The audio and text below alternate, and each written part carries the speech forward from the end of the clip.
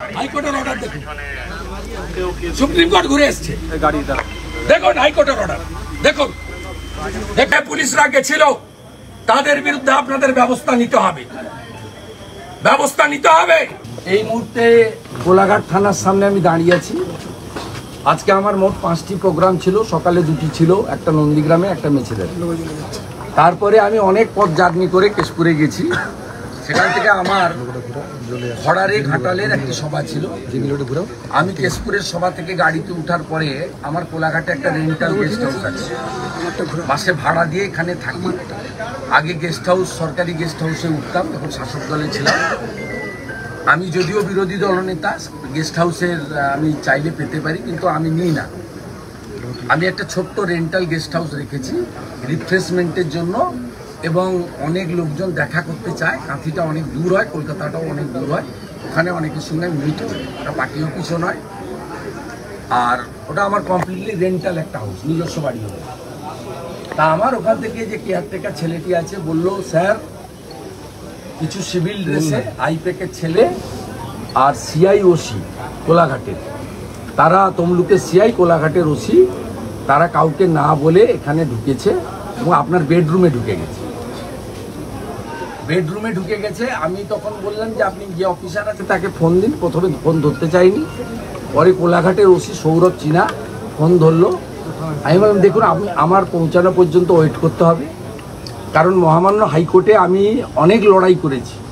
আমার বাড়ির সামনে অসভ্যতা, আমার বাবা মা, বয়স্ক বাবা মাকে প্রতিনিয়ত উত্ত্যক্ত করা হয়েছে ভাইপোর নির্দেশে, এবং আমাকে বহুবার আক্রমণ করা হয়েছে গত 3 বছর। মমতা ব্যানার্জিকে যেহেতু আমি হারিয়েছি নন্দীগ্রামে, আমাকে হাইকোর্টের মহামান্য বিচারপতি রাজাশেখর মান্তা, সেটা তিনি একটা অনেকগুলি প্রোটেকশনের মধ্যে একটা প্রোটেকশন দিয়েছেন, এবং রাজ্য সরকারের পক্ষে দিদেন যিনি এজি ছিলেন মিস্টার মুখার্জি, তারও on behalf of state government commitment ছিল যে শুভেন্দু অধিকারীর প্রিমিসেস সার্চ করতে গেলে হাইকোর্ট থেকে লিভ নেবে অথবা হাইকোর্টের অনুমোদন নিয়ে করবে।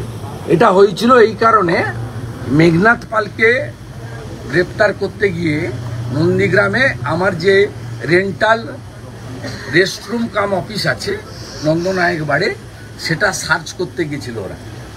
তারপরে আমি হাইকোর্টে যাই যে তাহলে এইভাবে বিব্রত করবে, এবং সার্চ ওয়ারেন্ট ছাড়া, ভিডিওগ্রাফি ছাড়া, আপনারা মিডিয়া ছাড়া বা আমার উপস্থিতি বা আমার অনুমোদিত লোকের উপস্থিতি ছাড়া আপনি সার্চ করতে পারেন? আপনি যদি দুটো ভাঙা বন্দুক রেখে দেন, আপনি যদি কিছু টাকা সেখানে রেখে দেন, আপনি যদি জাল নোট, হেরোইন, ড্রাগের কিছু বেআইনি জিনিস রেখে দেন, তার দায়িত্ব কে নেবে? এবং আপনারা আমাকে ফাঁসাবেন, এটা পারেন না। Natural justice 226। আমি ওরা ওখানে শুনতে চাইনি। পরবর্তীকালে আমি আমার রাজনৈতিক সহকর্মী যারা আছেন, বামদেব গুচ্ছাই, দেবব্রত পট্টনায়ক, সিন্টু সেনাপতিদের খবর দিই যে ভাই আমার পৌঁছানো পর্যন্ত তোমরা যাও এবং ওদেরকে বলো এই কাজটা করতে না। আমার উপস্থিতিতে ভিডিওগ্রাফিতে সার্চ ওয়ারেন্ট যদি থাকে, হাইকোর্টের অনুমোদন থাকে, আমি অ্যালাউ করব। আমি ল অ্যাবাইড পিপল। তারপরে ওরা ওখানে যথেষ্ট অসভ্যতামি করেছে 1 ঘন্টার বেশি সময় ধরে, এবং এর নেতৃত্ব দিয়েছে সিআই তমলুক। ওই বেটার নামটা কি? চম্পক রঞ্জন চৌধুরী, আর যিনি নন্দীগ্রামে গণহত্যার সময় নন্দীগ্রামের ওসি ছিলেন, আর এখানে ওসি সৌরভ চিনা। এবং আমাদের লোকেরা পরে যখন যায়, লয়ার কল্লোল গেছিল, বামদেব গুচ্ছাই, সিন্টু, দেবু পট্টনায়ক, আরও পরে গেল। এখন তাপসীও পৌঁছেছে, নীলাঞ্জনও পৌঁছেছে, তা আমাদের তাপস ভাইও আছে, অনেক সুকুল এসছে। তারপরে তারা আমাকে বলছে যে আইপ্যাকের লোকজনও সাথে ছিল, এবং তারা ছোট হাতিতে করে, বস্তায় করে কিছু নয় অস্ত্র, নয় ড্রাগ, নয় টাকা নিয়ে গেছিল। আমি অবাক, কোন রাজ্যে বসবাস করছি? আপনি ইসিআইয়ের অনুমোদন নেবেন না, হাইকোর্টে কমিট করেছেন, সার্চ ওয়ারেন্ট নেবেন না, ভিডিওগ্রাফি করবেন না, মিডিয়াকে ডাকবেন না, leader of opposition, equivalent to cabinet minister. এবং হাইকোর্টে আমার প্রোটেকশন আছে। আপনার মুখ্যমন্ত্রী সুপ্রিম কোর্টে গেছিল, সুপ্রিম কোর্ট হাইকোর্টে ফিরিয়ে দিয়েছে, স্টে দেয়নি, আপনার আবেদন শোনেনি, তারপরেও আপনি এই জিনিস করবেন।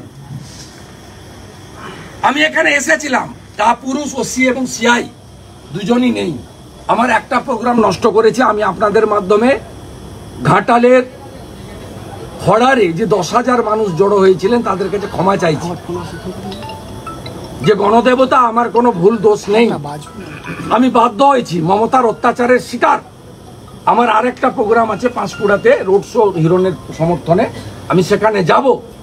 আমি আপনাদের মাধ্যমে এই রাজ্যের জনগণকে বলছি, কোথায় নিয়ে গেছে ইলেকশন কমিশন? কেন সৌরভ চিনা এবং সিআই তমলুককে সাসপেন্ড করবে না? আমি ইলেকশন কমিশনে কমপ্লেন করছি, আমার ভিডিও সিসিটিভি ফুটেও, যে আমি ট্রান্সফার চাইছি না, সাসপেনশন চাইছি, ইমিডিয়েটলি সাসপেন্ড করতে হবে। এবং যদি এসপির নির্দেশে থাকে, এসপিকেও এখানে সাসপেন্ড করতে হবে বা ট্রান্সফার করতে হবে। এর পিছনে কে আছে আমি জানতে চাই। আর আগামীকাল আমার লয়ার হাইকোর্টে একটি ক্যান অ্যাপ্লিকেশন করছেন, যেহেতু এই কাজটা তারা এখানে করেছে। আইনি পথে আমি লড়বো। আর গোটা বাংলার জনগণকে আমি বলছি, কোন রাজত্বে আছেন দেখুন। যখন ভাইপোর বাড়িতে ভাইপোকে বা কাউকে ডেকেছে, ওদের সিবিআই ইডি নোটিশ করে ডেকেছে, কোন রাজত্বে আমরা আছি? পশ্চিমবাংলার জনগণ দেখুন, আমি পুলিশের কাছে, মমতা পুলিশের কাছে কৃতার্থ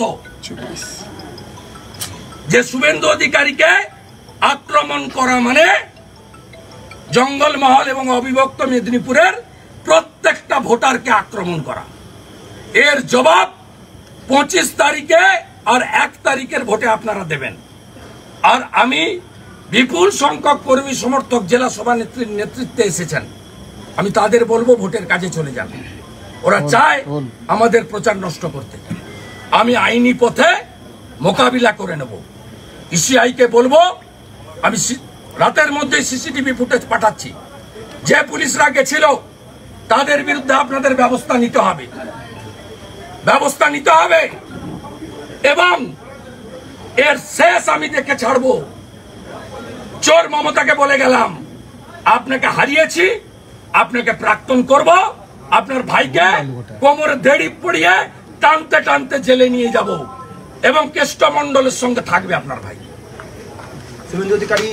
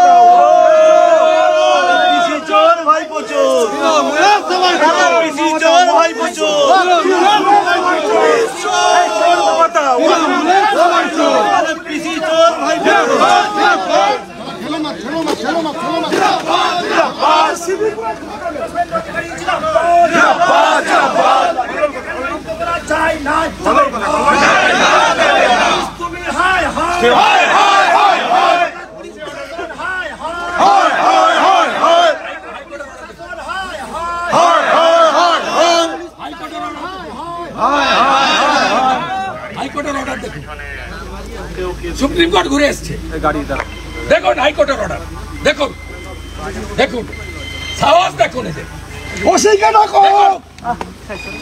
মমতার সাহস দেখুন, চোর মমতা।